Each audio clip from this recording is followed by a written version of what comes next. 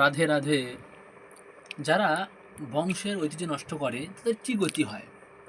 গীতায় বলছেন, দোষৈরৈতে কুলগ্নানাম বর্ণ সংকর কারকৈ উৎসাদ্যন্তে জাতি ধর্ম কুলধর্মাশ্চ শাশ্বতা।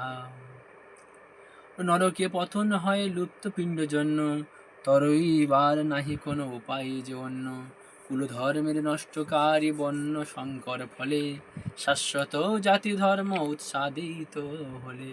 অর্থ বলছে, যারা বংশের ঐতিহ্য নষ্ট করে তার ফলে অবাঞ্ছিত সন্তানাদি সৃষ্টি করে, তাদের কুকর্মজনিত দোষের ফলে সর্বপ্রকার জাতীয় উৎসন্ন প্রকল্প এবং বংশের কল্যাণ ধর্ম উৎসন্নে যায়।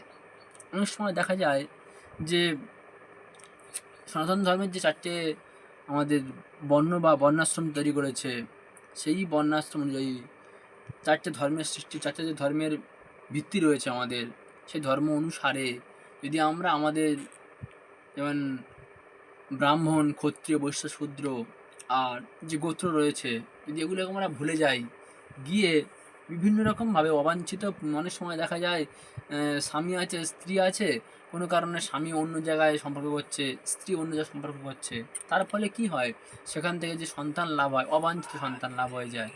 অনেক সময় কোনো ব্রাহ্মণের বাড়ির মানে কন্যা কোনো ক্ষত্রিয় বাড়িতে বিয়ে করলো, কোনো ক্ষত্রিয় কন্যা কোনো বৈশ্যর বাড়ি বিয়ে করলো, এর ফলে কী হয়, একটা সিস্টেমটা নষ্ট হয়ে যায়।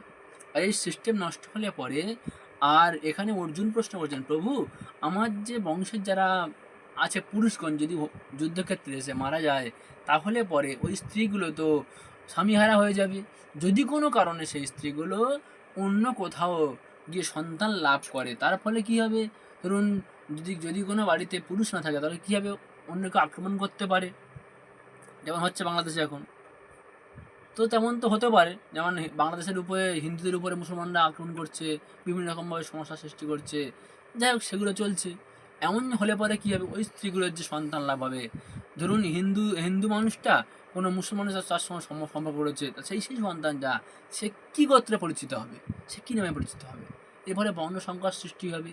আর এই বর্ণ সংকরের ফলে এদের পিণ্ড কোনো কাজে লাগবে না, আর এদের কুলক্ষয় তৈরি হবে। সেই কারণে গীতায় বলছেন যে, উৎসন্ন কুলধর্মানাং মনুষ্যানাং জনার্দন নরকে নিয়তম বাস ভবতীত্যনু সুশ্রম।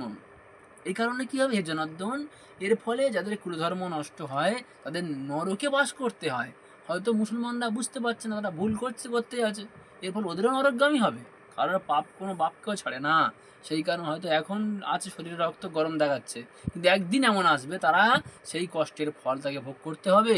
কারণ যেমন কর্ম তেমন ফল, হাসি নয়তো চোখের জল। প্রত্যেককে মনে রাখতে হবে, কর্ম করলে পরে তার ফল লাভ করতে হবে। প্রত্যেক ধর্মে অবশ্যই উল্লেখ করা শান্তির কথা বলা আছে, মানুষকে সাহায্যের কথা বলা আছে, মানুষকে সহানুভূতির কথা বলা আছে, মানুষকে নিয়ে চলার কথা বলা আছে।